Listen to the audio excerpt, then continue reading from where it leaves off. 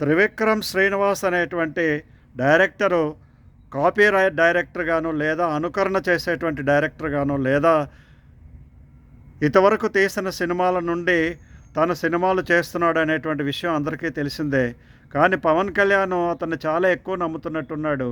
ఇప్పటికే ఈ యొక్క వీరమల్లు సినిమా ఇద్దరు డైరెక్టర్లు మార్చింది.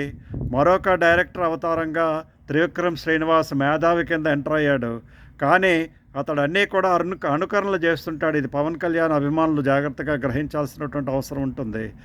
అతడు మిగతా వాళ్ళందరినీ డామినేట్ చేసి పవన్ కళ్యాణ్తో ఉండేటువంటి సాంగత్యాన్ని తన కెరీర్కు ఎంతో బాగా ఉపయోగించుకుంటూ డబ్బులు సంపాదిస్తున్నాడు. ఇంతవరకు చేసినటువంటి సినిమాలు మధ్యలో వీటన్నిటిని తొక్కి మధ్యలో చేసినటువంటి 2 సినిమాలు ఏవైతే ఉన్నాయో అవి కూడా పవన్ కళ్యాణ్ యొక్క ప్రాపకంతోనే అతడు మిగతా డైరెక్టర్లకు అప్పచెప్పి తను సొమ్ము చేసుకున్నట్టుగా అనిపిస్తున్నది.